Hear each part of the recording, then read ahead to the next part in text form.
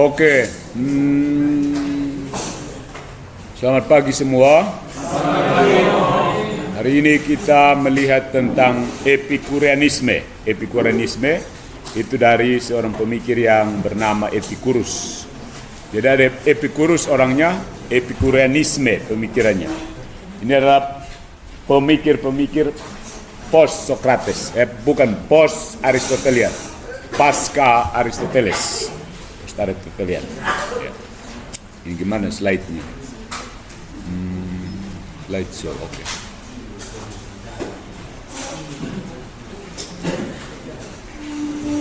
F5 sih.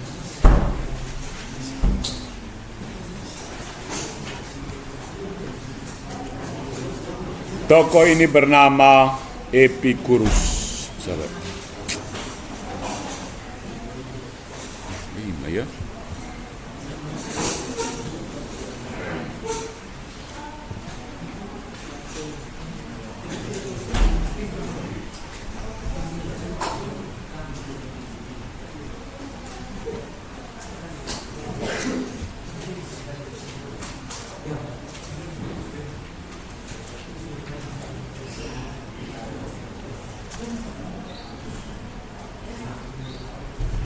Oke. Ya, gimana? Yang muncul semua. Oh, itu kan. Oke. Ini. Oke. Ya, Epikurus. Epikurus ini patungnya ya orang-orang Rom, dia kan sudah mulai masuk zaman Helenisme. Helenisme itu pertemuan antara budaya Romawi dan Yunani, kebudayaan Yunani di luar daerah Yunani sekarang. Ya. Tokohnya adalah Epikurus. Epikurus. Dia dilahirkan tahun 341 dari sebuah pulau Yunani yaitu Samos dan mendirikan sekolah di sebuah taman yang disebut garden, ya taman di luar Athena, kota Athena. Mendirikan sekolah dan mencoba mengajarkan pemikirannya. Lalu dia meninggal pada tahun 270 sebelum Masehi, before Christ.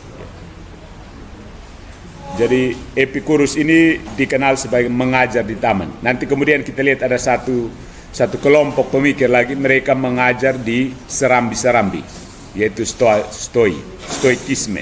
Epikureanisme kebun atau taman. Sementara stoikisme mengajarnya di serambi atau stoa. Ya. Apa saja sumbangan dari pemikiran Epikurus ini?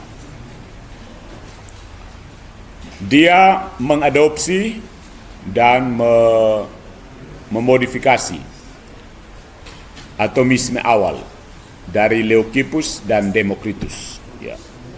Ingat teori atom. Teori atom itu kan kita dapat sejak SMA dalam pelajaran SMA ke kimia. Kimia. Atom. Atomos, tidak terbagi lagi. Atom. Jadi atomisme dari Epikurus ini mempengaruhi para sains, para ilmuwan pada modern awal. Itu abad ke-17 dan ke-18. Dia mengemukakan etika yang menurutnya tujuan hidup adalah kebebasan dari rasa sakit. Jadi, tujuan hidup manusia adalah bebas dari rasa sakit. Menghindari kesakitan. Ya, dalam pandangan pertama sebenarnya bisa plausibel ya. Bisa masuk akal. Itu kan sebenarnya mau menghindari rasa sakit sebenarnya. Tangan kena api sedikit langsung tarik. Filsafatnya bersifat sekuler, ya, secularized. Mengklaim bahwa para dewa ini tidak punya pengaruh pada urusan kosmik atau manusia. Ya, jadi kalau kita lihat kali lalu dalam Aristoteles, ya ada motor immobilis. Penggerak pertama yang menggerakkan segala sesuatu yang dalam rangkaian dengan kausa-kausanya dan seterusnya. Tapi sampai pada Epikurus kembali sekuler, kembali ke para presokratik, ya, fisika. Dia kembali ke fisika sebenarnya, ya. Mencoba melihat manusia sebagai fisika. Ini yang kemudian akan mempengaruhi pemikiran modern tentang panpsikisme. Segala sesuatu itu fisik saja, panpsikisme. Ya. Jadi para dewa itu, gods, the theos bahasa Yunani itu, tidak punya pengaruh sama sekali dengan alam semesta ini dan manusia. Sesuatu yang jauh berbeda, tidak ada pengaruh, tidak ada urusan. Ya.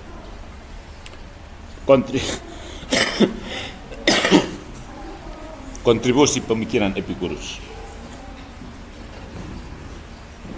Legacy of Epicurus, warisan pemikirannya yang sampai sekarang dan terus berkembang dalam sejarah dan masih hidup sampai sekarang. Banyak orang masih menganut prinsip seperti hedonisme, ya, kesenangan, pleasure. Itu sebenarnya adalah upaya untuk keluar dari rasa sakit. Doktrin-doktrin Epicurus ini diuraikan panjang lebar oleh Lucretius, orang Romawi. Lucretius. Jadi ada doktrin-doktrin pokok, kemudian dijelaskan, diuraikan panjang lebar, dielaborasi oleh Epicurus, oleh Lucretius. Dan doktrin-doktrin ini mempengaruhi filsuf modern seperti David Hume dengan konsepnya monade. Monade itu ya mirip atom, monade. Ada triade, duode. Misalnya kalau kamu belajar elektro, ada diode, itu dua. Triade 3, monade 1, mono 1. Metafisika ini mempengaruhi. Dan seorang yang penganut Epikurean sekarang dianggap sebagai seseorang yang mengabdikan diri untuk kesenangan sensual, bukan seksual ya, sensual, sens, panca indrawi. Orang yang mau makan enak, tidur nyaman, ya. Apalagi nonton film yang bagus-bagus, memperindah rumah, make up terus. Itu orang-orang Epikurean ya. Orang yang mengabdikan diri untuk kesenangan sensual, kesenangan panca indrawi.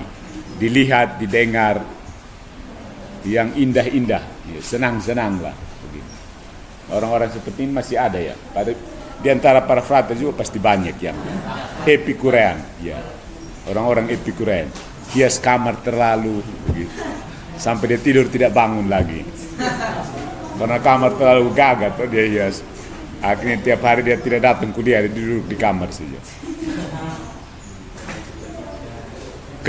Mengabdikan diri untuk kesenangan seksual. Ada satu ungkapan dari WordNet, a person untuk Epikurean artinya didefinisikan sebagai seseorang yang mengabdikan diri, mendevosikan diri kepada refined sensuous enjoyment, penikmatan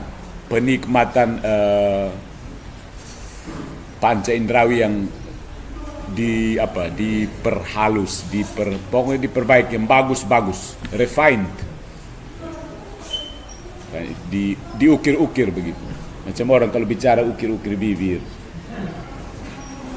refined, pokoknya buat bagus-bagus, tapi itu kebanyakan penampilan panca indrawi saja. Seperti orang-orang yang biasa tampil sebagai MC. Ya, MC itu kan biasanya refined. Orang lihat, dengar, tertawa, merasakan. Itu orang-orang Epikurean. Ya. Memusatkan diri, mengabdikan diri pada kesenangan panca indrawi. Bisa dilihat bagus, didengar merdu, dan seterusnya, diraba, dihalus begitu.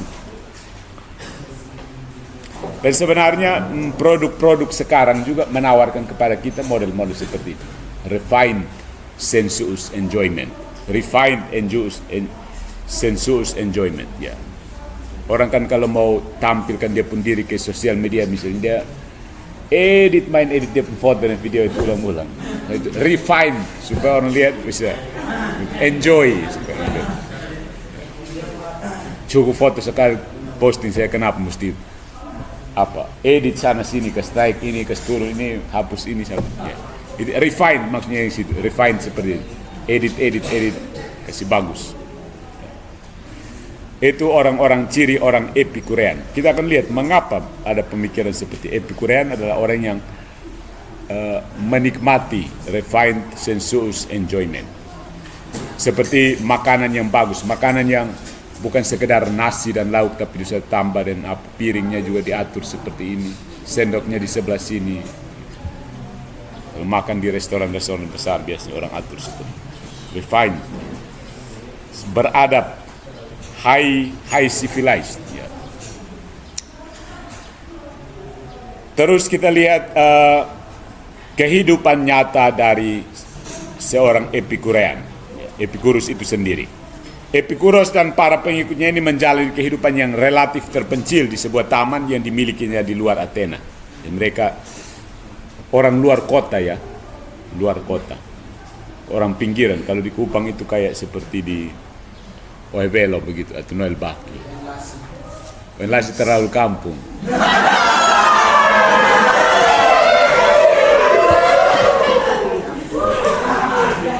Epikuros dan para itu.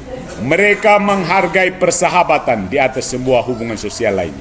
Dan ini dipengaruhi oleh Aristoteles juga tentang persahabatan. Jadi mereka sangat menghargai persahabatan. Gaya hidup orang-orang Epikurean ini sangat hemat atau istilahnya frugal. Frugal itu artinya selalu berusaha untuk hemat, sedapat mungkin hemat. Kalau bisa hemat, kenapa harus buang uang? Begitu. Kehidupan yang frugal, orang-orang frugal. Dan Epikurus sendiri memiliki pola makan yang ketat, diet ketat ya, dan menganggap sepotong keju itu sebagai pemboros. Ya, untuk itu konteks kita Indonesia keju itu keju itu tidak ada. Tapi dalam contoh seperti ini, keju orang biasa kan makan roti dan keju. Roti tanpa keju itu sepertinya tidak.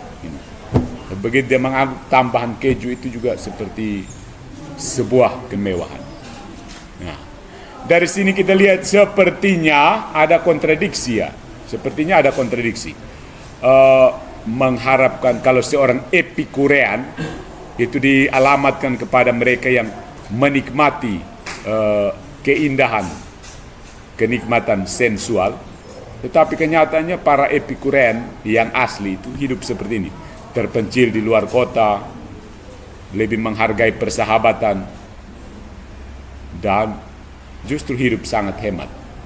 Bahkan seperti Epikurus sendiri yang sparse diet ini makan jarang-jarang juga. Sparse. Karena hemat kan tadi, frugal. Jadi buat apa selalu dia cari yang hemat? Kalau bisa dihemat, kenapa harus cari yang pemborosan? Jadi atur, irit, hidup irit. Dan ini sepertinya ada kontradiksi ya. Kalau seorang Epikurean adalah menikmati makanan yang bagus, minuman yang bagus. Tapi toh kenyataannya para Epikurus asli hidup seperti ini. Hidup dalam kesederhanaan. Hidup di luar kota lagi. Tetapi lebih menghargai persahabatan. Nah, apa sebenarnya konsep mereka tentang kebahagiaan? Sehingga mereka bisa hidup seperti itu, tapi mengajarkan tentang kenikmatan sensual. Logika mereka, kalau kebahagiaan itu ada, berarti kita punya segala sesuatu. Kalau kebahagiaan itu ada, kita punya segala sesuatu. Kalau kebahagiaan itu tidak ada, kita melakukan segala sesuatu supaya memperolehnya. Artinya, ketika seseorang berbahagia, itu artinya dia sudah memiliki segala sesuatu. Kalau kebahagiaan itu ada, present, we have everything. Kita punya segala sesuatu. Dunia ini milik kita. Yang lain-lain hanya kos-kosan. Kalau kebahagiaan tidak ada, berarti kita selalu berusaha melakukan sesuatu untuk mencapai kebahagiaan. Karena itu, seseorang harus melakukan hal-hal yang menghasilkan kebahagiaan. Ya, berusaha untuk menciptakan kebahagiaan. Orang yang hidup baik adalah orang yang bahagia. Dan orang yang bahagia ini tidak takut kepada dewa ataupun kematian. Di sini ada tercium aroma ateisme ya, ateisme. cium aroma ateisme. Jadi bahagia itu artinya som peduli dan Tuhan, som peduli mau mati seperti apa. Enjoy saja, nikmati hidup sekarang. Orang Tetun bilang, orang Malaka bilang, hakedan mati lahudi. Itu artinya apa? Mati tidak bawa, ya. Hakedan mati lahudi. Tidak usah takut dengan kematian. The happy person fears neither the gods, tidak takut Tuhan, juga tidak takut kematian. Nanti ada kenapa alasan kenapa mereka tidak sibuk dengan Tuhan dan tidak sibuk dengan kematian. Kadang-kadang kamu juga harus pikir seperti itu. Kalau mau ateis itu langsung begitu, ateis yang langsung radikal seperti ini. Tidak usah takut Tuhan, tidak usah takut kematian. Seperti prinsip orang Malaka dan orang Benu tadi. Nah, kenapa tidak perlu takut dewa? Ya dewa, karena mereka belum mengenal Tuhan yang pribadi ya, orang-orang Yunani kuno. Dewa-dewa. Kenapa kita tidak perlu takut dewa-dewa? Menurut Epikureanisme, dewa-dewa ini ya bisa jadi untuk menghindari tuduhan ateisme yang ketat. Epikurus ini menyatakan bahwa kita memiliki pemahaman dasar tentang sifat para dewa. Seperti apa sifat para dewa? Dia bilang kita tidak memang ada dewa, ya ada dewa, percaya ada dewa, dan kita punya konsep dasar tentang apa itu dewa. Apa itu konsep dasar tentang dewa? Mereka adalah makhluk. Sebenarnya dia pakai kata animal ya, binatang. Ya, kalau manusia adalah animal rasional menurut konsep Aristoteles sebelumnya. Epikurus ini mengatakan dewa adalah hewan yang tidak bisa dihancurkan dan diberkati. Blessed animals. Indestructible animal. Jadi dia pakai kata animal ya. Animal menuruti prinsip Aristoteles yang mengatakan manusia itu animal rasionale. Menurut dia rasional animal Aristoteles itu manusia, sedangkan bagi Epikurus dewa adalah animal yang tidak dapat dihancurkan dan terberkati, binatang yang terberkati. Itu dewa atau Tuhan, binatang yang terberkati. Tidak ada yang lebih dapat dihubungkan dengan para dewa selain dapat dihancurkan dan diberkati. Jadi sifat-sifat dari Tuhan yang dikenal dalam lingkungan Athena kala itu adalah tidak dihancurkan dan terberkati. Itu sifat dari dewa. Tidak ada yang bisa dihubungkan dengan dewa lagi. Dia bukan pencipta, dia bukan pengatur, itu bukan urusan. Dia hanya bahwa dia ada dan dia tidak bisa dihancurkan dan dia itu terberkati. Ini konsep ketuhanan, ateisme versus versi Epikurean. Dewa itu bersifat indestructible dan blessed, terberkati. Pemahaman tentang berkat para dewa adalah apa yang membuat gagasan mereka itu bermanfaat bagi kebaikan. Jadi karena kita memahami bahwa dewa-dewa itu terbaik, terberkati, maka itulah yang membuat mereka itu bermanfaat untuk kebaikan, berguna untuk kebaikan. Karena dewa-dewa itu adalah orang yang terberkati. Jadi kalau ada orang yang mau memohon sesuatu dari dewa yang ada pada saat itu, agama-agama orang-orang Yunani, ya silahkan saja. Karena mereka itu terberkati dan punya hubungan dengan kebaikan. Begitu caranya menjelaskan ketuhanan. Filsafat ketuhanan versi Epikurus. Karena sifatnya yang terberkati itu, maka para dewa ini punya hubungan dengan kebaikan. Jadi kalau mau cari yang baik, bisa minta bantuan para dewa dari proposisi ini. Nah, gagasan yang salah tentang para dewa, seperti diri mereka sendiri, membuat yang buruk takut pada mereka. Ya. Orang yang gagasan-gagasan yang buruk, itu yang menjadikan orang takut pada dewa. Kita punya gagasan yang buruk, konsepsi yang buruk tentang dewa, itu yang membuat kita takut kepada para dewa. Jadi bukan dewa itu berbuat sesuatu, Tuhannya orang Athena itu, gods ini berbuat sesuatu yang buruk. Mereka justru terberkati dan tidak terhancur. Tapi gagasan kita yang buruk itulah yang membuat kita takut kepada mereka. Gagasan terhadap dewa yang buruk Itulah yang membuat kita takut terhadap mereka. Ya. Sebenarnya kadang-kadang juga begitu ya, dalam relasi kita sehari-hari. Kita punya gagasan, misalnya kita takut terhadap seseorang. Karena gagasannya kita bahwa orang itu biasanya marah-marah. Kita tidak kenal dia, tapi kita proyeksikan pemikiran kita terhadap orang itu. Maka kita takut kembali terhadap gambaran kita. Itulah. Dewa tidak punya hubungan apa-apa, tapi konsep kita tentang mereka itulah yang menyebabkan kita takut atau meminta mereka untuk membantu kita. Kalau kita memahaminya sebagai terberkati, ya kita menghubungkannya dengan kebaikan. Tapi kalau kita punya konsep yang salah, ya kita takut terhadap para dewa. Bagaimana kehidupan para dewa ini? Mereka itu ada dalam realitas tidak terbatas dalam ekstensi dan durasi. Maksudnya bagaimana? Para dewa ini ada dalam kenyataan yang tidak terbatas. Terbatas dalam ekstensi. Ekstensi itu perluasan. Memenuhi alam semesta. Itu ada di mana-mana. Dan durasi, eternal. Dia tidak terbatas oleh jangka panjang, jangka waktu. Menurut Epicurus ini ada banyak alam semesta dengan ruang di antara mereka. Jadi alam semesta itu bukan satu saja, tapi ada banyak kosmos. There are many cosmos. Ya. Dan ada ruang di antara kosmos ini, ruang alam semesta. Itu apa ya? Kosmologinya mereka. Dan ruang-ruang ini, ruang antara alam semesta ini tempat tinggal para dewa. Ada ruang, ada banyak alam semesta, dan di antara alam semesta itu bayangkan seperti tata surya, kalau kita sempitkan ke tata surya. Dari Merkurius ke Venus itu satu alam semesta. Merkurius satu alam semesta, Venus satu alam semesta. Lalu antara Merkurius dan Venus itu ada ruang, dan disitulah tempat para dewa. Agak mirip juga ya dengan pemikiran umum tradisional tentang tempat tinggal Tuhan kita di bumi. Dia tidak di bumi ini, tapi dia di antara bumi dengan bulan, begitu. Antara bumi dengan bulan ya.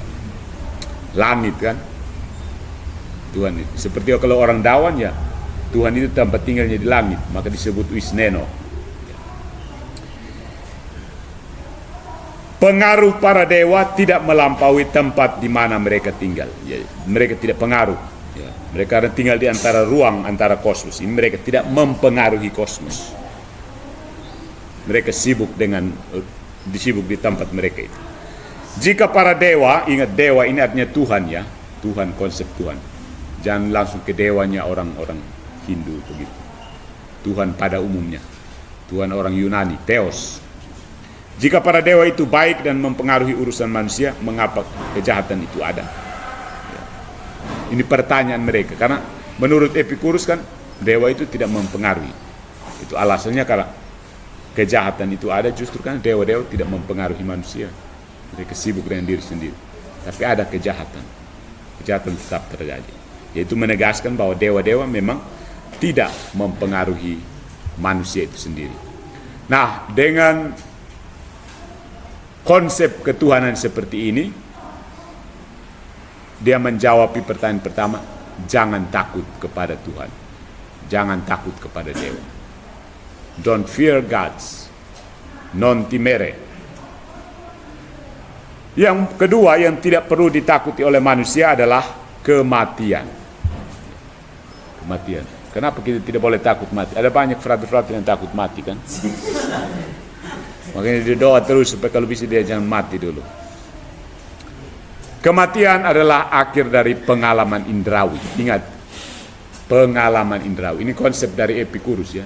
Kematian is the end of sensual experience. Jadi berdasarkan tadi Epikurean, orang-orang yang mengabdikan diri pada kenikmatan indrawi, maka kematian itu adalah akhir dari pengalaman indrawi. Berhenti di situ. Begitu. Akhir dari pengalaman indrawi. Dan pengalaman indrawi adalah satu-satunya pengalaman yang dimiliki manusia. Ya, sangat-sangat material ya, sangat. Ini Plato bisa protes dia. Jadi menurut dia kematian itu akhir dari pengalaman indrawi. Dan pengalaman indrawi adalah the only one experience of human being. Satu-satunya pengalaman manusia itu pengalaman indrawi. Kan kita orang modern sekarang ada punya pengalaman spiritual, pengalaman eksistensial, pengalaman macam-macam dari diri manusia, pengalaman rohani. Tapi menurut Epicurus pengalaman hanya pengalaman panca indera itu saja, tidak ada lain-lain. Pengalaman indrawi itulah satu-satunya pengalaman yang dimiliki manusia. Jadi kematian bukanlah apa-apa bagi manusia. Nothing, nada, tidak ada apa-apanya. Mati ya mati, selesai, mau apa? Maksudnya begitu kan? Ada ungkapan yang terkenal seperti ungkapan dari Epicurus, saya lupa kutip di sini. Jangan takut mati, karena waktu kematian datang kita sudah tidak ada lagi. Paham di sini? Waktu mati, waktu kita mati kita sudah tidak ada lagi. Jadi mau apa? Tidak ada lagi. Kematian datang kita tidak ada lagi. Dan ini menghilangkan kerinduan yang menggelisahkan akan keabadian. Jadi zaman itu juga sudah ada sedikit pemikiran tentang eternitas, ya, eternity. Plato kan sebelumnya sudah mengatakan tentang realitas ide atau forma yang abadi kan. Tapi Epicurus bilang tidak, ya. Selesai pengalaman indrawi, selesai. Tidak ada spekulasi panjang lebar tentang sesudah kematian ada apa. Selesai. Begitu kematian datang, kita selesai. Begitu. Ada orang modern yang masih berpikiran seperti ini kan. Mati selesai. Jadi itu hake dan mati lahud. Dan menghilangkan rasa takut akan kematian, di mana peristiwa masa depan itu mengganggu masa kini. Jadi takut kematian itu mengganggu manusia itu karena sesuatu yang ada di masa yang datang justru mengganggu kita sekarang.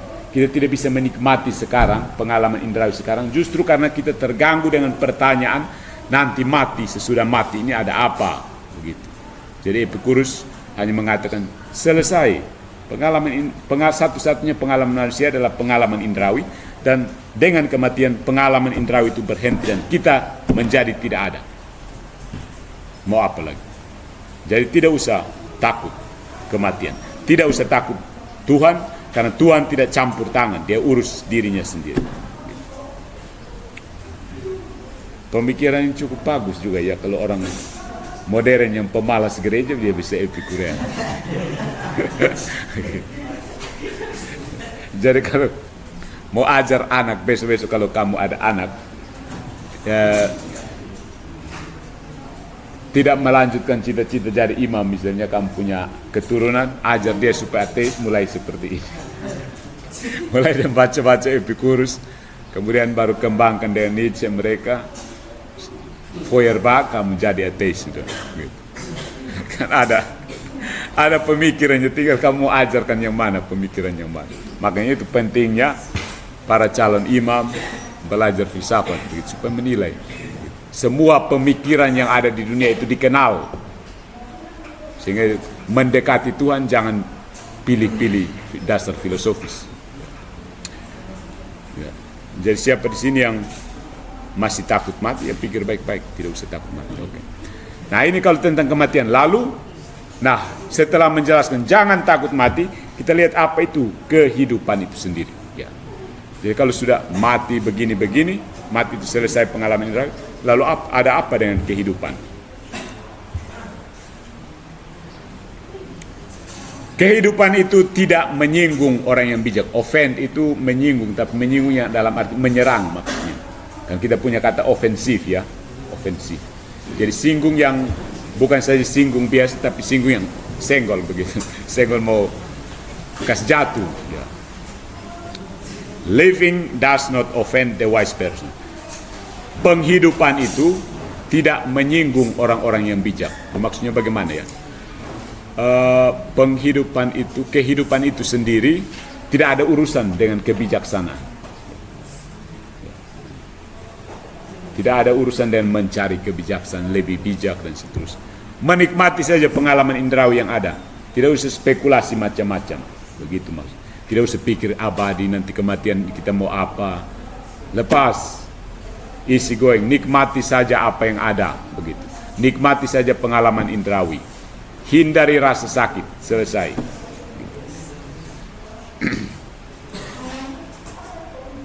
Jadi orang yang hidup itu menikmati waktu, ya, waktu yang paling paling menyenangkan daripada yang lebih panjang. Jadi kualitas bukan kuantitas. Ya. Jadi orang yang hidup itu harus hidup secara kualitatif, jangan hidup secara kuantitatif. Ya. Jangan kamu umur panjang sampai 80 tahun tapi sakit-sakit terus. Begitu. Lebih baik kamu umur singkat 30 tahun misalnya tapi sehat sampai serangan jantung dan mati satu kali. Ya, jadi menikmati waktu yang terbanyak, waktu menyenangkan yang terbanyak daripada waktu yang panjang, begitu. Panjang sekali. Nah, di sini mungkin frater-frater mungkin juga pernah sempat berpikir ya. Kita ini kan kekal di surga. Lalu selama waktu yang panjang itu kita buat apa saja? Apakah tidak bosan? Puji Tuhan terus. Begitu. Mungkin ada pertanyaan seperti dia. Tapi dimensi kalau kita belajar metafisika, dimensi kekekalan yang dimaksud bukan suatu durasi waktu yang panjang. Bukan. Hari ini, besok, tahun depan, itu bukan kekekalan. Kekekalan itu artinya sekarang dan selamanya. Sekarang terus. Begitu. Tidak ada kemarin, hari ini, besok. Jadi kita macam begini terus. Tidak ada perubahan waktu di situ. Makanya jangan tanya, kita di surga nanti terlalu lama juga kita bosan. Kekal di surga ini, bayangkan. Kita tidak buat apa-apa, hanya puji Tuhan saja. Orang kan pikir seperti ini, durasi waktu yang begitu panjang ya tentang eternitas. Padahal itu sekarang dan selamanya. Sekarang selamanya. Hanya sekarang saja. Itu dimensinya Tuhan. Kalau tidak percaya, kamu mati dulu. Mati sudah besok. Itu dimensi eternitas. Jadi bukan persoalan panjangnya waktu, durasi waktu. Dan Epicurus mengatakan seperti itu. Hidup itu bukan persoalan menikmati waktu yang panjang, tapi menikmati waktu yang paling menyenangkan. Waktu yang paling menyenangkan. Apa yang akan terjadi tidak seharusnya ada dalam kekuatan kita. Kita tidak bisa mengontrol apa yang akan terjadi. Sesuatu yang akan terjadi itu tanpa syarat, tidak tanpa syarat ada dalam kehendak kita, dalam kekuatan kita, atau juga tanpa syarat di luar kekuatan kita. Unconditional itu artinya tanpa syarat ya. It is tanpa syarat, berada di luar kekuatan kita. Juga tanpa syarat berada di dalam kekuatan kita. Jadi maksudnya begini ya, terima saja apa yang terjadi karena kita tidak punya kuasa untuk mengubah.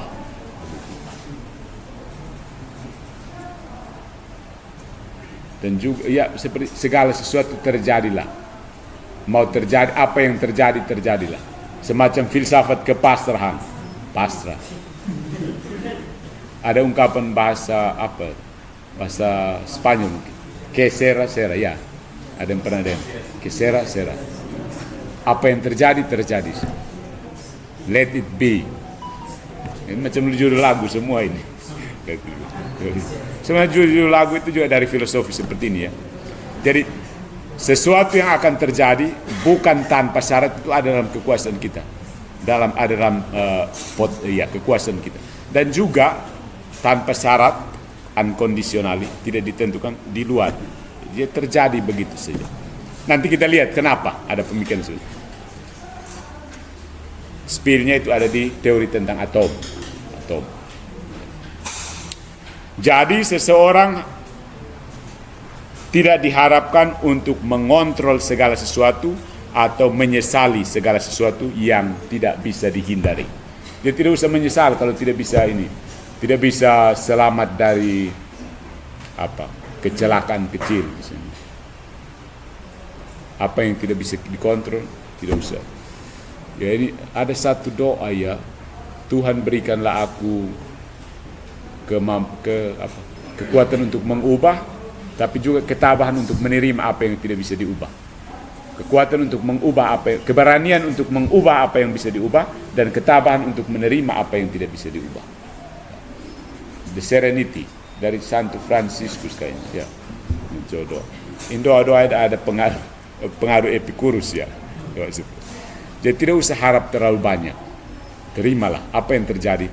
Karena tidak harus ada di dalam diri kita, tapi juga tidak harus di luar kita.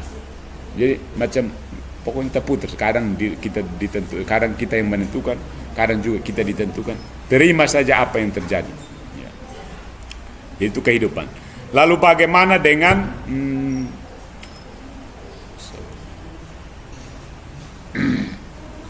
keinginan? Ya, karena keinginan tadi kan kehidupan tidak usah mengharapkan sesuatu, terima saja. Nah, tetapi kenyataannya bahwa dalam kehidupan manusia punya sesuatu yang namanya desire. Desire ini keinginan, bukan keinginan itu will, ya, keinginan itu. Tapi desire itu hasrat, ya, macam kesenangan. Desire itu lebih ke menginginkan sesuatu yang nikmat. Kalau will itu semacam mau, kehendak, itu lebih powerful daripada desire. Desire itu objeknya lebih ke kesenangan, sementara will itu objeknya ke sesuatu yang baik. Ada beberapa jenis hasrat, ya, desire. Beberapa hasrat itu punya dasar di alam, punya dasar basis alami, ya. Beberapa hasrat punya basis alami, tidak punya basis alami. Misalnya hasrat untuk punya perhiasan, ya. Ada hasrat untuk punya mobil mewah. Pokoknya kita hanya hasrat, semacam orang kalau duduk, saya mimpi kalau besok saya dapat 2M, saya mau beli rumah ini, ya. Hasrat yang tidak punya basis di alam, begitu. Hasrat yang berupa mimpi, begitu. Tetapi ada juga yang punya dasar natural, basisnya alami, basisnya kodrati. Itu seperti beberapa hasrat yang natural yang punya basis alami ini, ada yang tidak perlu, tidak penting, tapi ada yang penting. Yang tidak penting itu misalnya sesuatu yang bisa menghasilkan rasa sakit kalau tidak dipenuhi. Tidak menghasilkan rasa sakit, tidak, macam orang tidak kecewa kalau tidak terpenuhi. Hasrat itu punya basis natural, tapi tidak terlalu penting. Ya. Misalnya apa, ya? Ya, sebenarnya salah satu hasrat, misalnya hasrat untuk menjadi imam, itu sebenarnya dia harus dalam sini. Dia punya basis natural, kodrat dari gereja, tapi tidak perlu kecewa kalau misalnya tidak terpenuhi. Tidak perlu rasa sakit karena tidak jadi imam. Begitu.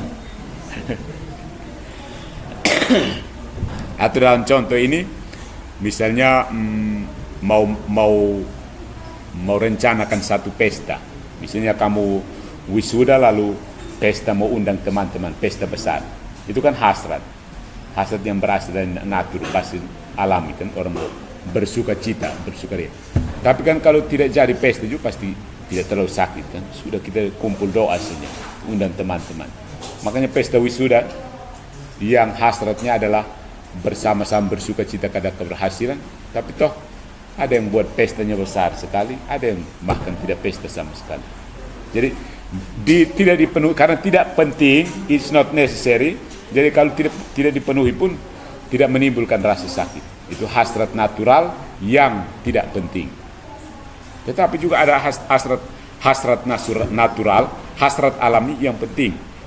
Hasrat untuk kebahagiaan. Konsep kebahagiaan masih abstrak juga.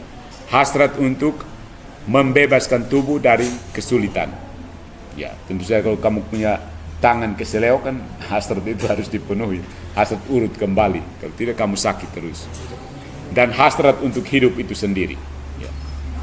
Itu hasrat alami, itu sudah dalam arti ini sudah dalam nafsu. Ya, kalau kita pakai desire ini dan terjemah nafsu lebih bagus. Hanya nafsu cenderung dianggap negatif sekali. Hasrat mungkin yang diterjemahkan lebih bagus ya nafsu. Ya, jadi ada nafsu yang tidak punya basis alami. Kamu terlalu bernafsu mau jadi presiden misalnya, terlalu bernafsu mau jadi imam. Kalau bernafsu jadi bapak keluarga mungkin masih alami sekali. Tapi bernafsu jadi imam kan, karena imam itu kan bukan ini hasrat kita yang harus kita penuhi, tapi itu kan panggilan, kan itu masuk teologi. Gitu. Tapi ada beberapa nafsu yang memang penting untuk keberlangsungan hidup. Kita terjemahkan ke dalam bahasa kita sehari. Nafsu makan, nafsu hidup, nafsu. Ya, dalam hal ini, kalau dalam hal hubungan dengan calon-calon imam yang selibat, di sini ada satu hal, nafsu seksual. Ya, kalau dibandingkan dengan makan dan minum, kalau kita tidak makan dan tidak minum bisa mati. Tapi yang satu itu kan mau mati apanya? Tidak kan? Begitu. Jadi agak berbeda kebutuhannya. So, ini tentang nafsu, hasrat atau ya kesenangan. Nah, dalam hubungannya dengan ini, dipenuhi dan tidak dipenuhi tadi, ada pleasure and pain. Ya. Kenikmatan dan kesakitan. Nyeri. Kenikmatan dan kesakitan. Setiap pilihan dan penghindaran, avoidance, tadi yang mau pilih dan menghindar, harus mengacu pada keinginan alami yang diperlukan. Keinginan alami yang penting, keinginan dan basis natural yang penting. Jadi setiap mau pilih, mau ambil atau tolak, itu harus berdasarkan pada nafsu alami yang penting. Ya, nafsu alami yang penting. Yang dimiliki bersama dari setiap pilihan atau penghindaran itu adalah bebas dari rasa sakit. Jadi kita pilih sesuatu atau menghindari sesuatu, itu motivasinya adalah supaya bebas dari rasa sakit. Ya. Entah kamu pilih ke Kupang sekarang atau tidak mau ke Kupang sekarang, itu motivasinya harus supaya menghindar dari rasa sakit. Jadi kamu bisa pilih ke Kupang atau tidak ke Kupang, tergantung karena mana yang bisa menghindari rasa sakit, membebaskan dari rasa sakit. Jadi kita hanya membutuhkan kesenangan ketika ketidakhadirannya menyebabkan rasa sakit. Maksudnya bagaimana? Bisa paham ini kan? Kita ini butuh kesenangan itu. Kalau kesenangan itu tidak ada, dia bisa membuat kita sakit. Jadi maksudnya supaya kita hindari rasa sakit, kita cari itu kesenangan. Karena kalau tidak nanti kita sakit.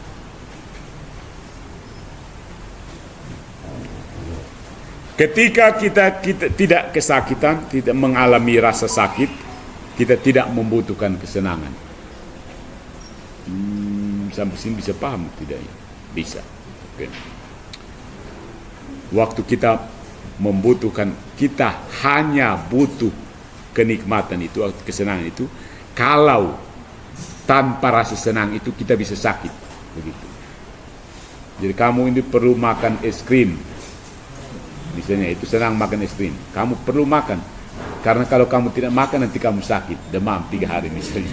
Itu baru kamu pergi cari es krim dan makan, begitu. Ya. Tapi kalau tidak makan es krim dan tidak sakit, tidak usah cari, maksudnya begitu.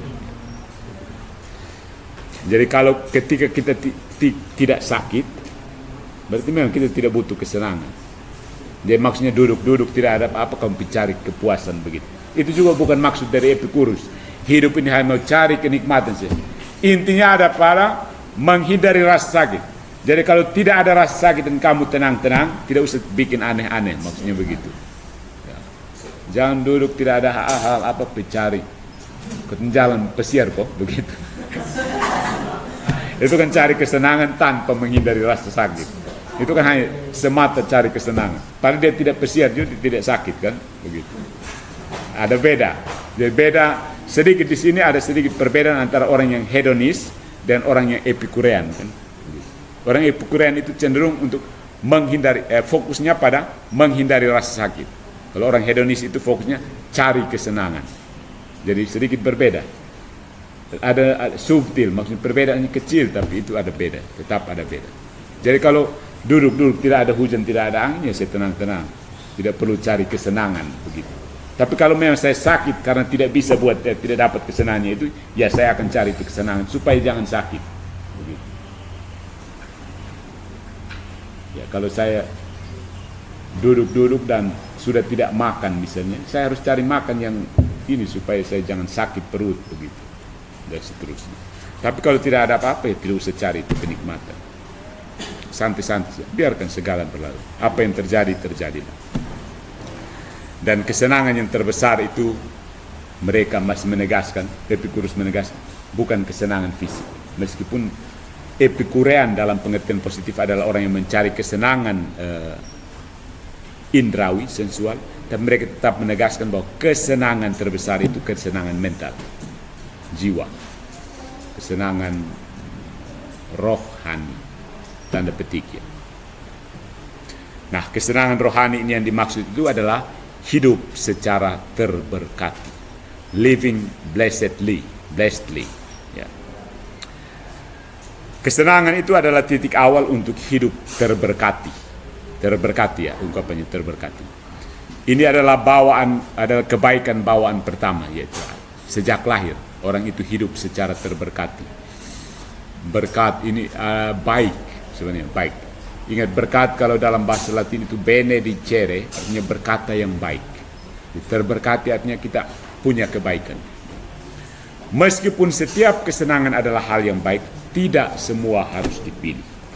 Ini macam panduan etika yang bagus ya. Meskipun setiap kesenangan adalah hal yang baik, tidak semua harus dipilih. Prinsipnya tadi, sekedar hanya untuk menghindari rasa sakit. Kalau tidak ada hubungan dengan kesakitan, lewat. Kenikmatan-kenikmatan yang mengakibatkan rasa sakit harus dihindari. Jadi kalau ada kenikmatan yang justru menyebabkan rasa sakit, nah itu harus dihindari. Karena poinnya adalah penghindaran rasa sakit. Jadi kalau kesenangannya membawa rasa sakit, sebaiknya tidak usah. Karena memang tujuannya menghindari kesakitan. Sementara sakit yang menghasilkan kenikmatan besar justru harus dipeluk, dirangkul. Rasa sakit. Jadi, terima saja rasa sakit kalau itu menimbulkan kenikmatan yang besar. Kelihatan kontradiktif ya. Tapi sepertinya menimbulkan, menyemaikan benih-benih untuk kemartiran orang Kristen. Tersemai benih-benih yang kemudian akan dikembangkan dalam kekristenan dalam bentuk apa? Penderitaan, padang gurun apa menurut refleksi dari Santo Yohanes dari Salib itu dan seterusnya. Mistik-mistik Kristian itu kemudian menganggap penderitaan itu seperti apa. Kita perlu mempertimbangkan keseimbangan antara kesenangan dan rasa sakit, karena kita sering salah tentang itu pada awalnya. Jadi kadang-kadang ada kenikmatan yang mengakibatkan rasa sakit, itu harus dihindari. Minum sudah enak kan, orang frater minum sudah enak, tapi akhirnya muntah-muntah, kepala sakit misalnya, kepala sakit terakhir dia sakit sendiri. Padahal kalau misalnya dia pas kontrol minum pas, yang penting mabuk supaya bisa omong, sudah cukup. Tapi kalau sampai muntah-muntah dan jalan tidak bisa, ya itu rasa sakit sendiri kan. Besok kepala sakit, tidur terus. Padahal kenikmatannya ada, tapi menimbulkan rasa sakit, itu yang harus dihindari. Makan terlalu banyak sampai perut sakit sendiri. Nah, itu yang harus dihindari. Tetapi kalau ada rasa sakit yang menghasilkan kenikmatan, tetap akan orang main bola meskipun mungkin ada rasa sakit, tapi dia tetap menikmati main bola. Karena tok lari-lari capek-capek. Ya seperti itu. Jadi ada kadang-kadang rasa sakit. Sepertinya prinsip etika yang bagus ya. Jadi memang perlu dihitung keseimbangan antara kesenangan dan rasa sakit. Moderasi antara senang dan sakit. Sakit yang baik, sakit yang di ujungnya ada kebaikan, terima saja itu sakit. Tapi kalau senang yang di ujungnya penderitaan, tolak saja. Nah, dari prinsip living blessedly ini seperti ini, muncul konsep self-sufficiency. Artinya mencukupi diri sendiri, puas dengan diri, self-sufficiency. Rasa puas diri, ya puas diri. Puas diri penting juga. Kadang-kadang orang yang tidak puas dengan diri sendiri, cari-cari perhatian begitu. Menjadi mandiri, ya self-sufficiency. kondusif bagi kehidupan yang diberkati tadi, self living blessedly tadi. Menjadi mandiri, kondusif bagi kehidupan yang diberkati. Mereka yang tidak membutuhkan barang berlimpah lebih mampu menemukan kebahagiaan. Santai saja, santai-santai. Enjoy apa yang ada. Begitu. Yang penting jangan sakit. Kalau sakit ya gas. Gas cari kenikmatan. Dan self-sufficiency ini lebih mudah diperoleh ya. Kemandirian itu lebih mudah. Tidak usah tergantung pada kenikmatan-kenikmatan itu. Apa yang diperoleh, itulah yang harus paling dinikmati. The most desire. Ya. Kamu harus menginginkan apa yang kamu miliki, bukan memiliki apa yang kamu inginkan.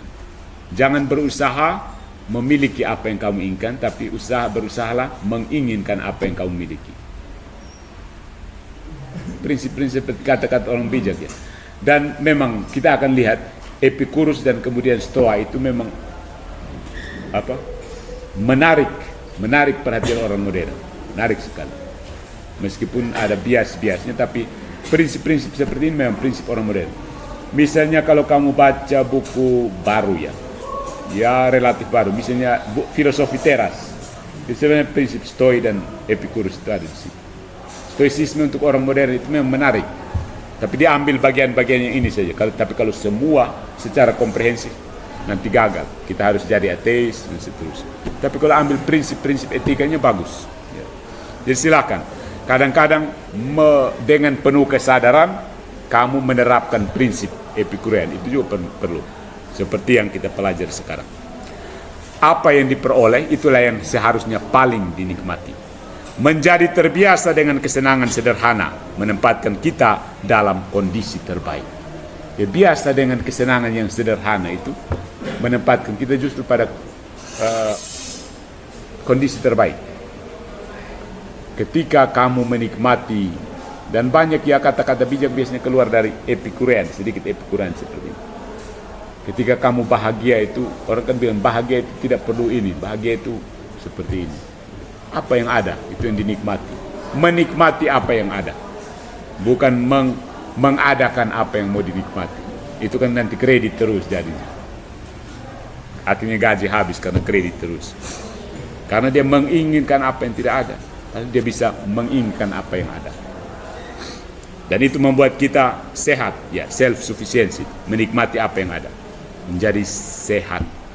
Sehat maksudnya bukan sehat fisik, tapi wajar, normal, begitu maksudnya, sehat.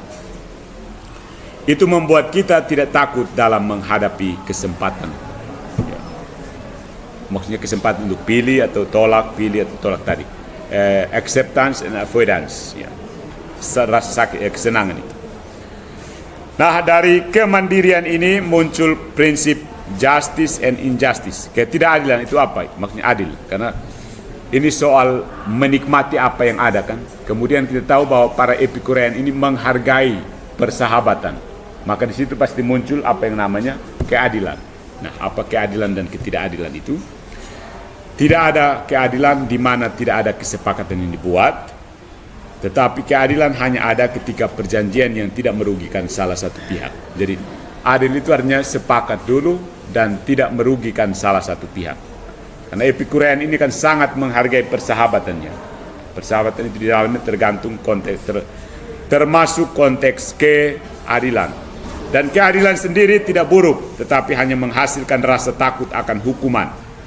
Karena ketakutan ini, seseorang tidak dapat menghindari bahaya dari ketidakadilan. Keadilan umumnya sama untuk semua, tetapi hal-hal yang berbeda mungkin hanya dalam keadaan yang berbeda. Keadilan hanya ada selama fakta itu berguna. Jadi sedikit masukan untuk konsep mereka yang tadi hidup di taman dengan menghargai relasi sosial, tapi lebih mengutamakan persahabatan. Di dalamnya ada keadilan. Tetapi menurut mereka justru keadilan ini bisa membuat orang takut akan hukuman. Ketika dia takut akan hukuman, di situ dia menjadi tidak hidup blessed, living blessed. Tidak hidup secara terberkati. Itu konsepnya dari etikanya, secara umum tentang etika. Nah, sekarang kita kembali ke metafisikanya. Metafisika dari kenapa sampai mereka bisa punya prinsip seperti ini ya. Prinsip seperti begitu bagus. Oh, tidak usah takut kematian, tidak usah takut Tuhan, tapi tidak usah terlalu cari kesenangan, tapi juga jangan terlalu cari tinggal dengan kesakitan. Moderasi, menikmati apa yang ada, menginginkan apa yang dimiliki. Nah, kita lihat bahwa mereka ini mendasarkan pemikiran mereka pada atomisme kuno. Ya, kita lihat filsuf-filsuf atomis pada prasokratik itu. Fisika dari Epicurus adalah adaptasi dari pandangan atomis sebelumnya dari Leucippus dan Democritus, ya konsep tentang atom ya. Dan Aristoteles mengatakan kepada kita bahwa atomisme dari Epikureanisme ini justru dikembangkan sebagai respon terhadap monisme Parmenides kan, masih ingat Parmenides? Ada itu relatif, ada itu tidak berubah. Jadi meskipun sebagai satu teori fisika, atomisme ini sebenarnya, ya kita lihat sejarah atomisme ini sebenarnya punya apa? Basis metafisik sebenarnya. Itu sebenarnya teori metafisika, bukan fisika yang seperti sekarang dipelajari dalam fisika dan kimia itu. Atom itu sebenarnya digulirkan dari motivasi metafisik. Nah, atomisme dikembangkan sebagai respon terhadap monisme dari Parmenidean. Kita lihat kembali lihat kembali apa itu Parmenidean ya, yang menghasilkan atomisme seperti ini. Tantangan dari Parmenides ini berpendapat bahwa yang ada harus terdiri dari beberapa ciri. Yang ada itu ada. Ingat Parmenides ini metafisik yang pertama ya. Metafisika, dia bapak metafisika orang bilang. Dia harus satu, unitas, permanence, tetap, indivisibility, tak terbagi, immobility, tidak bergerak. Ada itu statis. Menurut Parmenides. Kalau yang ada itu kurang satu karakter ini, berarti dia menjadi tidak ada. Jadi kontradiksi. Ya, kalau sesuatu yang ada itu tidak satu, tidak tetap, permanen, bisa terbagi, divisible, dan bergerak, mobil, berarti itu tidak ada. Dia menjadi tidak ada, berarti dia kontradiktif. Metafisikanya, itu harus berpikir metafisika. Jangan ke fisikanya, kamu lihat mobilnya. Yang ada, sesuatu yang ada, itu artinya dia statis, permanen. Indivisibility artinya tidak terbagi. Tidak, divide itu bahasa Latin, membagi. Jadi individibility artinya abilis, bisa. Jadi, tidak bisa dibagi. Tidak bisa bergerak. Movere bergerak, i atau in atau im biasa awal itu artinya tidak. Lalu abilis biasa terakhir itu artinya kemampuan. Jadi tidak mampu bergerak. Unitas dari kata bahasa Latin unus, satu. Ya ada itu satu, permanere. Manere kan tinggal, selamanya, permanere, tinggal selama di situ. Permanen kan, kita bisa bilang permanen. Ya. Jadi kalau yang ada, dia kurang salah satu karakter ini berarti no, itu kontradiksi. Dia menjadi tidak ada. So, tantangan tapi kenyataannya kan orang kita bilang tidak, ini kita lihat ada yang berubah-ubah ini kan, ada yang tidak tetap, ini berubah, pohonnya jadi kecil jadi besar, berarti ada yang berubah. Ini kan tantangan. Lalu para kaum atomis ini menjawab seperti apa? Begini jawaban para atomis termasuk Epikurean. Para atomis memberikan kepada Parmenides bahwa apapun yang ada punya 3 karakteristik utama, yaitu satu, ya unitas, permanens, dan juga tidak terbagi. Tetapi mereka memungkinkan bahwa ada pluralitas hal-hal yang masing-masing memiliki karakter ini. Ya. Pluralitas dari ada-ada yang masing-masingnya punya 3 karakter ini. Ya. Dan hal seperti itu disebut atom atau atom itu kan atomos bahasa Yunani. Bahasa Latinnya indivisibile. tidak dapat dibagi lagi. Atom. Di atom dalam teori fisika kan kesatuan unit yang tidak bisa lagi dibagi. Itu sudah sangat kecil. Tapi kemudian orang masih periksa lagi ada elektron, proton, neutron. Kamu yang masih belajar fisika pasti masih ingat ya. Kelas IPA dulu kamu. Ya. Jadi ada pluralitas ada itu yang memang tidak bisa dibagi lagi. Indivisibles, ya, tak terpisahkan. Lalu kemudian teori lanjutan dari metafisika atomis ini ingat, atom secara fisika ada penjelasannya, tapi atom secara metafisika ada. Dan ingat, atom ini originalnya adalah konsep metafisika, bukan konsep kimia atau fisika. Nah, sampai sini kamu paham. Atom diciptakan sebagai teori metafisika, bukan teori fisika. Nah, apa penjelasan lebih lanjut setelah menjawab tantangan Parmenides? Metafisika dari atomis ini adalah adanya ruang kosong, void, ruang kosong. Ingat tadi, alam semesta itu terdiri dari banyak alam semesta, dan alam semesta ini ada ruang-ruang kosong. Ruang-ruang kosong itu ada dewa di situ. Tapi mereka juga punya konsep sendiri tentang ruang kosong ini. Void kan. Orang-orang arsitek biasanya katakan void itu kan lepas kosong. Misalnya ini agak sedikit void, semi void ini. Lepas agak kosong. Void. Parmenides, ingat kembali Parmenides yang metafisika, bapak metafisika itu, berpendapat bahwa tidak mungkin untuk memikirkan apa yang tidak ada. Ya, memang tidak mungkin. Kalau sesuatu yang tidak ada, mau dipikirkan bagaimana? Mungkin bisa diandaikan, tapi itu bukan dipikirkan, mengandaikan. Andaikan itu artinya kamu ciptakan konsep sendiri lebih bersih. Kalau tidak ada, ya, sesuatu yang tidak ada tidak bisa dipikirkan. Kita tidak mungkin memikirkan sesuatu yang ada. Tetapi para atomis menyangkal hal ini. Suruh mereka berkelahi. Mereka berpendapat bahwa atom-atom yang tadi tidak terpisah, unit-unit terkecil yang tidak terpisahkan ini, dipisahkan satu sama lain oleh ini yang namanya void ini. Void, kekosongan, tanda petik, kekosongan. Mereka menamakan the void. Dipisahkan oleh kekosongan yang bukan makhluk. Jadi ada sesuatu yang namanya kekosongan. Jadi ada sesuatu, tapi dia kosong. Jadi mereka prinsipnya yang tidak ada itu ada. Ya. Bertentangan dengan Parmenides. Parmenides jelas, yang tidak ada itu memang tidak ada. Tapi atomis yang tidak ada itu ada. Ada atom dan ada sesuatu yang tidak ada itu. Kekosongan namanya. Ini kamu metafisika kembali pusing pasti. Masa yang tidak ada itu ada. Tapi para atomis bilang ada, namanya ruang kosong. Kekosong. Dengan demikian, alam semesta terdiri dari apa yang ada dan apa yang tidak. Wah, ini metafisikanya yang bagus juga ya. Kamu bisa kembangkan. Nanti kamu bisa refute atau bagaimana, terserah kamu. Jadi alam semesta ini terdiri dari apa yang ada, tapi juga terdiri dari apa yang tidak ada, yaitu ruang kosong tadi. They also say, ini dalam tulisan metafisik, ini dari tulisan Aristoteles ya, Aristoteles, bukunya Metafisika. Mereka juga berkata bahwa apa yang ada itu tidak lebih ada daripada sesuatu yang tidak ada.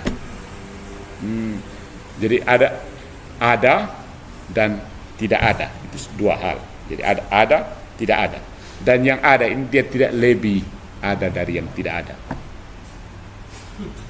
Tidak lebih ada, dia tidak lebih ada, sama-sama ada. Ya.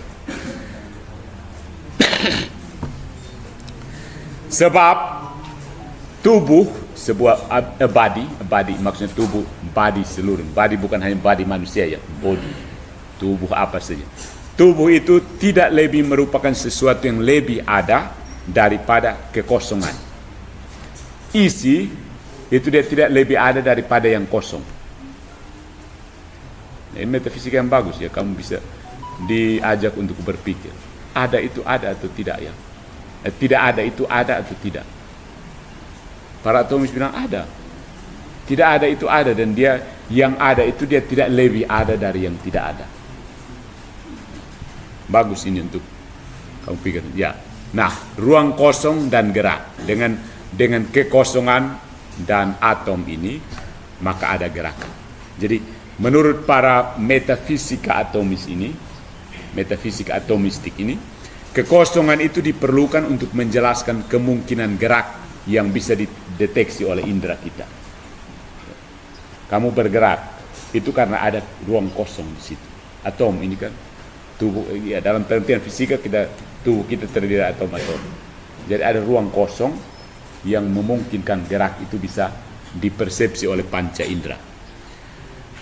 Misalkan ada atom dan tidak ada kekosongan, berarti itu tidak bisa bergerak karena kaku saja, mau bagaimana atomnya mau bergerak. Kemudian semua permukaan dari semua atom ini bersentuhan satu sama lain. Sebuah atom yang dikelilingi oleh atom-atom lain tidak dapat mengubah posisinya relatif terhadap atom lain yang bersentuhan dengannya. Jadi sebuah atom dalam plenum. Plenum ini bahasa Latin artinya kepenuhan. Atom yang ada dalam kepenuhan tidak bisa bergerak. Maksudnya penuh. Seperti pasir kalau di dalam toples yang penuh, atau gula pasir dalam toples yang penuh, kita goncang kan tidak bergerak. Itu kan penuh. Tidak bergerak. Tapi kalau masih ada ruang kosong, kita goncang, pasti pasir atau gula pasir ini masih bisa gerak, naik turun. Pulang kamu goncang kau gula pasir di kamar. Itu teori tentang metafisika atomis ya. Jadi kalau semua bersentuhan seperti ini kita gerak, dia tidak bergerak begitu. Kaku saja karena menempel semua kan, permukaan atom saling bersinggungan satu sama lain. Jadi mau gerak bagaimana? Mau guncang juga dia tidak bergerak kan. Mepet terus, lengket terus. Tapi kalau ada ruang kosong di dalam toples kamu coba buat experience, lalu guncang pasti gerakan bagus. Naik turun. Ya. Jadi kalau sebuah atom dalam plenum ini bahasa Latin ya. Kita punya kata plenitudinis, plenitudo, kepenuhan. Tapi ada plenum yang artinya penuh. Void tadi kosong. Plenum penuh.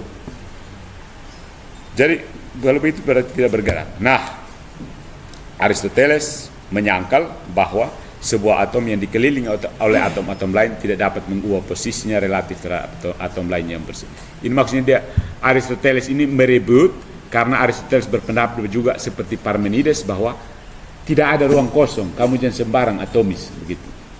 Kamu jangan kasih teori aneh-aneh bahwa yang kosong itu ada begitu. Dan Aristoteles mengatakan bahwa ada gerakan sirkular. Jadi kalau bergesekan seperti ini, dia tidak gerak pindah-pindah begini, tapi dia sirkular, terputar, geser. Seperti contoh, ya dia mengatakan bahwa memang ruang kosong itu tidak ada, tapi atom bisa tetap bergerak. Aristoteles katakan, ruang kosong tidak perlu ada supaya menjelaskan gerak, karena gerakan dalam atom yang bergesekan itu gerakannya seperti ini. Ya. Lihat A itu atomnya, lalu ada atom B, atom C, atom D. Gerakan itu terjadi, itu B-nya terputar ke bawah. Circular motion kan, terputar ke bawah, C-nya ke atas. Jadi mereka tetap menempel kuat, tidak butuh ruang kosong. Dia tetap bergerak secara sirkular, sirkuit. Dia tidak butuh ruang kosong supaya dia bisa gerakkan. Seperti kamu butuh ruang kosong di kamar mandi yang luas supaya sebelum mandi lompat-lompat. Kalau tidak ya kamar mandinya kecil ya kamu masuk di situ ambil air dan siram, jadi tidak bisa sit up sedikit atau push up sedikit. Tapi kalau ada ruang kosong menurut atomis ya orang masih bisa gerak. Gitu. Jadi seperti ini. Tapi Aristoteles mengatakan tidak butuh ruang kosong, atomnya tetap bisa bergerak seperti ini, gerakan sirkular. Jadi perhatikan B berputar ke bawah, sirkular. Jadi D juga keliling. Jadi gerakannya sirkuit ya, sirkular. Oke, itu Aristoteles merefute kembali kebutuhan ruang kosong dari para atom. Sehingga merefute bahwa yang tidak ada itu memang tidak ada. Tidak usah sembarang, wahai kamu atomis. Begitu. Jadi Aristoteles bilang, yang tidak ada itu memang tidak ada. Tapi atomis kan mati-matian bilang, yang tidak ada itu dia mesti ada. Supaya atom bisa bergerak. Oke. Nah, kita kembali ke atom. Atom ini memiliki sejumlah, mengingatkan kembali ke Prasokratis, punya sejumlah sifat yang berbeda yang meliputi bentuk dan ukuran berat atom ya. Atom-atom saling memantul, ada gerak relatif terhadap atom yang lain, gerak dijelaskan oleh dampak atom yang lain, dan kecenderungan untuk membentuk agregat, kumpulan-kumpulannya. Kumpulan dari atom itu senyawa, ya, seterusnya. Kemudian ya pengembangan dari Aristoteles. Aristoteles mengatakan dia mengkritik para atomis ini sebagai mereka terlalu malas untuk mencari pertanyaan tentang gerak dan bertanya dari sumber apa dan dengan cara apa ia muncul pada makhluk. Aristoteles kan sebelum mereka itu, atau dengan kata lain Aristoteles mengatakan kamu ini tidak baca saya pembuku kah? Begitu. Seperti itu. Sehingga kamu buat teori yang aneh-aneh lagi begitu. Epicurus ini berpendapat bahwa atom memiliki gerakan alami ke bawah karena beratnya. Gerakan akibat tumbukan adalah arah dari ulang dari gerakan alami. Itu gerakannya istilahnya atomis ini kemudian sedikit deterministik ya. Ada istilah yang gerakannya itu disebut sebagai the swerve atau belokan. Ada gerakan alami ke bawah, dia selalu mau jatuh ke bawah, atom jatuh ke bawah. Bergerak alami secara paralel satu sama lain. Dan bagaimana kontak atom satu sama lain dapat dijelaskan? Epicurus mendalilkan belokan awal, the swerve, yang memulai reaksi berantai bertabrakan. Tetapi dia tidak mempunyai penjelasan mengapa belokan itu terjadi sejak awal. Dan Cicero mengklaim bahwa itu diperkenalkan sebagai cara untuk menghindari determinisme. Jadi bahwa determinisme itu sesuatu atom-atom itu sudah ditentukan untuk bergerak. Tapi dia Epicurus mengatakan bahwa ada gerakan awal yang dinamakan pembelokan. Nah, dari konsep gerakan seperti ini muncul apa yang dinamakan fate atau fatalisme atau takdir ya, fate. Pembelokan terjadi tanpa penyebab yang pasti dan ini membuat alam semesta tidak pasti ya. Karena ada pembelokan, gerakan pertama yang disebut pembelokan itu terjadi tanpa penyebab sehingga alam semesta ini menjadi tidak pasti. Kalau alam semesta tidak pasti, maka tidak ada yang terjadi melalui takdir. Manusia tidak terikat oleh takdir karena mereka terdiri dari atom. Tetapi, dapatkah perilaku atom yang tidak dapat dijelaskan, menjelaskan bahwa manusia mengendalikan tindakan mereka sendiri? Jadi kalau manusia itu hanya terdiri dari atom-atom yang bergerak, berarti kita ini hanya atom yang bergerak saja. Mereka mencoba menjelaskan manusia tapi akhirnya jatuh ke dalam deterministik ya. Jadi manusia dilihat sebagai tubuh yang terdiri dari atom dan semua karakteristik benda itu kasat mata nampak pada indera penglihatan hasil dari gerakan atau sisa atom yang membentuknya. Dan tubuh terus-menerus membuang lembaran atom yang berinteraksi dengan indera kita dan memberi kita pengetahuan. Ini konsep lebih jauh tentang tubuh sebagai apa? Kumpulan atom-atom ya, atau membuang dan melepas, buang dan melepas. Jadi di satu pihak sebenarnya kita ini ada apa baru terus ya, bertumbuh terus. Yang jaringan yang lama mati dan dikeluarkan, jaringan baru tetap tumbuh. Itu kita tetap bertumbuh. Makanya frater makan yang banyak ya, tetapi jangan makan makanan instan terus. Ya, karena sel kamu nanti digantikan oleh masukan dari makanan instan itu. Itu penting juga. Karena atom dari penjelasan dari segi atom kita kan mengganti terus. Apa timbul sel yang baru. Nah, untuk membentuk sel yang baru itu kamu bentuk dengan kacang hijau atau bentuk dengan mie gelas. Kamu mau ganti kembali dengan mie gelas atau dengan kacang hijau. Lebih baik kacang hijau daripada mie yang tidak jelas. Itu tentang bodies. Lalu ada jiwa, konsep tentang jiwa. Ini yang akhirnya kita pembaca modern berkesimpulan bahwa Epicurus ini orang materialistik ya. Dia seorang materialis. Materialis maksudnya segala sesuatu itu hanya terdiri dari materi saja. Jiwa manusia ini hanya organ tubuh saja. Jiwa adalah organ tubuh. Dia bukan prinsip ya. Seperti yang klasik, seperti ya pendahulu-pendahulunya mengatakan bahwa jiwa adalah prinsip penggerak. Tapi tidak, bagi Epicurus jiwa adalah organ tubuh. Jiwa juga terdiri dari atom-atom. Dan itu ada di dada. Sebenarnya terperiksa kamu pun dada, ada jiwa di dalam. Menurut Epicurus. Dan dia memerintahkan gerakan di seluruh tubuh. Jadi ada jiwa di dalam bagian dari dada, terletak di suatu tempat di dada, dan jiwa yang merupakan organ tubuh inilah yang memerintahkan seluruh anggota tubuh. Dan seperti biasa, argumennya adalah bahwa gerakan ini dilakukan melalui materi atom yang sangat halus yang didistribusikan ke seluruh tubuh. Gerakannya atom. Jadi sangat-sangat materialistik ya. Sampai jiwa-jiwa itu ada di badan. Coba bunuh apa sih kamu cari pun jiwa di mana ini?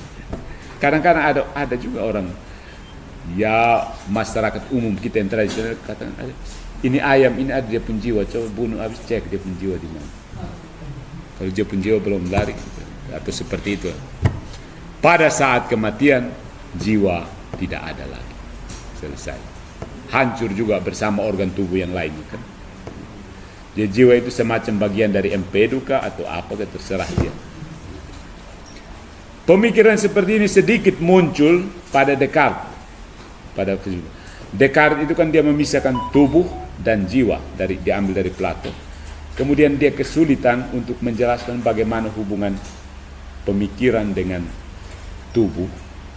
Maka dia pakai satu teori bahwa di belakang kepala manusia ini ada satu secuil anggota organ kepala itu yang menjadi semacam switch. Mengerti switch yang listrik punya kontak on off. Switch untuk menghubungkan jiwa dengan badan di situ. Orang jelaskan sampai pusing dia pakai semua ada sesuatu di dalam. Baik, itu untuk hari ini. Jadi Epicurus memang lebih banyak dikenal orang modern itu dari segi etikanya, tapi kali ini saya mengajak kita sedikit lihat metafisikanya yang atomistik itu. Mereka sebenarnya menantang Parmenides, tapi kembali dikebas oleh Aristoteles. Begitu. Mereka bilang yang tidak ada itu ada, tapi Aristoteles bilang yang tidak ada itu perlu ada. Ini geraknya harus seperti ini. Begitu. Akhirnya mereka tetap bahkan bahwa jiwa itu pun materialistik. So materialistik dan ateisme itu sebenarnya punya hubungan erat bagi kita orang modern sekarang. Benih-benihnya ada pada pemikir-pemikir Yunani klasik termasuk Epicurus. Dan etikanya yang bagus adalah menerima sesuatu apa adanya. Kalau kesenangan itu perlu silahkan cari karena menghindari rasa sakit. Tapi kalau rasa sakit itu menyebabkan kesenangan, tetaplah pada rasa sakit. Karena pasti akan menyebabkan kesenangan. Baik, sampai di sini saya rasa pertanyaan tidak usah ya, kamu cari sendiri. Tugas untuk kamu, silahkan cari tahu tentang Epicurus. Kalau memang kamu butuh pertanyaan, kontak saya saja, tidak lewat email atau apa. Gitu. Kontak saya notifikasi supaya bisa saya jelaskan. Begitu ya. Ya.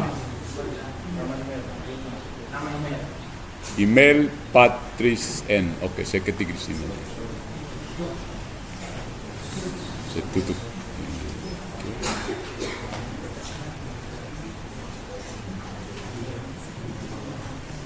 Bisa ke email kalau kamu yang sudah pakai yang misalnya di kelompok komunitas lain yang pakai HP atau ya komunitas-komunitas yang punya HP bisa silakan. Ini email saya. Supaya jangan terlalu banyak ini dalam hubungan dan mahasiswa, pakai yang ini saja.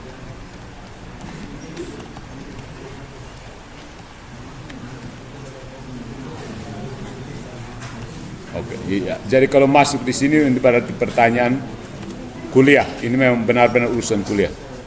Ya. Kalau yang punya WA dan mau kontak dalam hubungan dan ini 081 386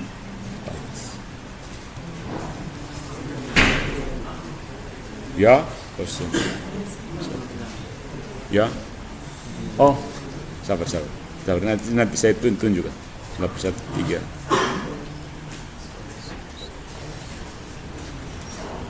Oh, ada apa ini? Sabar saya kasih mati. Ends of Soul.